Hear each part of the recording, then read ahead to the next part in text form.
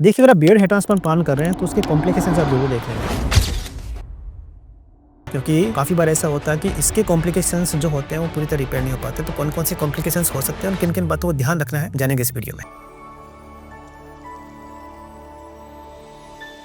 सो hello दोस्तों, doctor Jahangir this side, consultant dermatologist and hair transplant surgeon at skin care clinic. और मैं last 15 year से hair transplant कर रहा हूँ। और होता क्या कि जैसे कि बियर्ड हेयर ट्रांसप्लांट जनरली माना जाता है कि एक एडवांस हेयर ट्रांसप्लांट का पार्ट होता है। और काफ़ी लोग बियर्ड हेयर ट्रांसप्लांट कराने के बाद में मेरे पास आते हैं और कुछ इस तरह से आते हैं कि डॉक्टर ये कुछ कॉम्प्लिकेशंस हो गए हैं, मुझे लगता है कि मेरे बाल उतने अच्छे नहीं हो गए हैं। या फिर कुछ लोग होते हैं इस तरह का फोटोग्राफ लेके मेरे पास में आते हैं, डॉक्टर डॉट डॉट कैसे हो गए मेरे स्किन के अंदर, पहले तो मेरे ठीक थे और ये बियर्ड हेयर ट्रांसप्लांट के बाद में ऐसे कैसे हो गया। और ये चीज़ तो मुझे थोड़ा बताया नहीं गया था, तो क्या ये कुछ ठीक हो सकता है, नहीं हो सकता है। ओके, तो ये मान के चले कि आपको किसी भी सर्जरी का आपको पॉजिटिव पार्ट भी बताना चाहिए, आपको नेगेटिव पार्ट भी बताना चाहिए। और उसके बाद में ये देखना कि नेगेटिव जो पार्ट है, ये जो कॉम्प्लिकेशन का पार्ट है, उसको कैसे मिनिमाइज किया जाए। ओके, और जब चीजें आती है कि एडवांस कोई चीज आती है, जैसे कोई कोई कोर्स होता है कि एडवांस कोर्स होता है, इसका मतलब ये होता है कि उस एक पर्टिकुलर चीज को ठीक करने के लिए हमें और ज्यादा नॉलेज लेने की नीड होती है। जैसे कि हेयर ट्रांसप्लांट में भी होता है कि आपका एक नॉर्मल हेयर ट्रांसप्लांट होता है, जहाँ पे आपका स्कैल्प हेयर ट्रांसप्लांट होता है, हम आराम से जो है ट्रांसप्लांट कर सकते हैं। और एक जो नए डॉक्टर होते हैं, तो definitely they also can do very good hair transplant. हम बात करें क्राउन हेयर ट्रांसप्लांट की, मान के चले कि एक एडवांस हेयर ट्रांसप्लांट का पार्ट बनता है। उसी तरह जो टेम्पल बनते हैं हमारे स्कैल्प के अंदर, ओके, ये भी मान के चले कि इसमें भी एक एक्सपर्टीज की नीड होती है। ओके, और उसी तरह से आपका बियर्ड हेयर ट्रांसप्लांट या फिर आईब्रो हेयर ट्रांसप्लांट, दोनों के लिए एक एक्सपर्टीज की एक्स्ट्रा एक्सपर्टीज की नीड होती है। तो डेफिनेटली कहीं ना कहीं अगर आप बियर्ड हेयर ट्रांसप्लांट प्लान कर रहे हैं, तो आप जरूर उन डॉक्टर से बात कीजिए और जो कॉम्प्लिकेशंस हो सकते हैं उनके बारे में भी जानिए। ओके, कॉम्प्लिकेशंस हो सकते हैं, मैं एक बार बात बताना चाहता हूँ। तो फर्स्ट कॉम्प्लिकेशन की बात करते हैं, वो है आपका डेंसिटी पार्ट। देखिए, मैं हमेशा 3Ds की बात करता हूँ, और ये अगर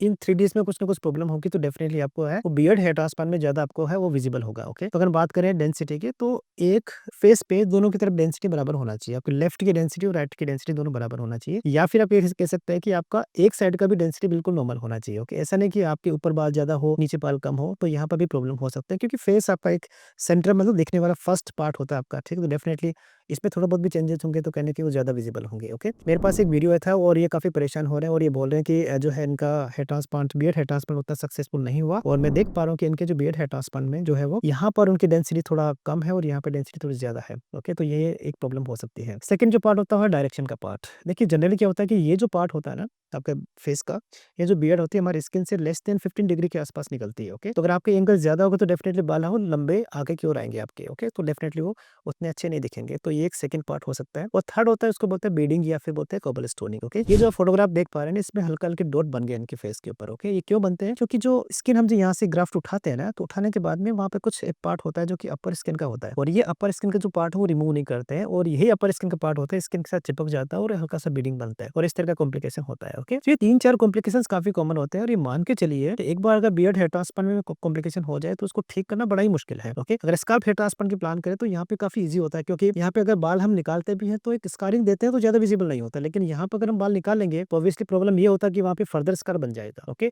और कोबल स्टोनिंग का इन जनरल मान के चले, क्योंकि कोई कोई खास ट्रीटमेंट होता नहीं है। कभी कभी माना जाता है कि जो है CO2 लेजर वगैरह कुछ इफेक्टिव होती है, या फिर उसको डर्म अब्रेजन वहां से स्किन को रिमूव करना पड़ता है। अगेन, अगर हम इंडियन स्किन को ज्यादा रिमूव करेंगे ना, तो कॉम्प्लिकेशन जैसे कि स्कारिंग या फिर पिगमेंटेशन होने के चांसेस होते हैं। तो ये एक को ठीक किया और दूसरा कुछ प्रॉब्लम हो गया, तो ये चीजें बड़ी मुश्किल होती है। तो अगर आप बियर्ड हेयर ट्रांसप्लांट प्लान करें, तो प्लीज प्लीज ध्यान रखिए, थोड़ा एक्स्ट्रा आप रिसर्च कीजिए। ओके, और उसके बाद अपना प्लान कीजिए। ओके, और मैं आपको एक केस शेयर करता हूँ, जो कि बियर्ड हेयर ट्रांसप्लांट के कॉम्प्लिकेशंस को हमने रिमूव किया था। जैसे कि ये वाला केस था, इसमें क्या होता है कि इनका हेयर ट्रांसप्लांट किया था ऑलरेडी, और इनके हेयर उतने अच्छे नहीं आ रहे थे। उनके हेयर वो सीधे 90 डिग्री पे आ रहे थे। ओके, और ये बोल रहे थे डॉक्टर बाल ऐसे निकल रहे हैं मेरे। तो हमने क्या किया कि एग्जिस्टिंग हेयर को फिर हमने रिमूव किया यहाँ से। ओके, और लेजर रिडक्शन से रिमूव किया, और कुछ बालों को हमने प्लग किया। उसके बाद में कुछ बाल हमने बियर्ड से निकाल के फिर हमने वापस बनाए, जो कि थोड़ा कम डेंसिटी में। और आप देख पा रहे हैं कि आफ्टर जो रिजल्ट है कुछ इस तरह का है, जो कि कह सकते हैं नॉट 100% बट 70-80% तक आपका वो अच्छा दिखाई दे रहा है। तो इस तरह से कुछ हद तक इसको रिमूव किया जा सकता है, कुछ हद तक इसको इंप्रूव किया जा सकता है। तो इसे ध्यान रखिए, बियर्ड हेयर ट्रांसप्लांट बहुत ही एक कह सकते हैं कि आर्टिस्टिक सर्जरी है, और बड़े ध्यान से ही करना होता है। ओके, मैंने और भी वीडियो बनाए हैं बियर्ड हेयर ट्रांसप्लांट पे, तो प्लीज आपको जरूर देखिए। और अगर आपको हेयर ट्रांसप्लांट संबंधी और वीडियो पसंद है, या फिर आपको इन्फॉर्मेशन पसंद है, तो हमारे चैनल को जो है आप सब्सक्राइब कर सकते हैं। Thank you so much for watching this video.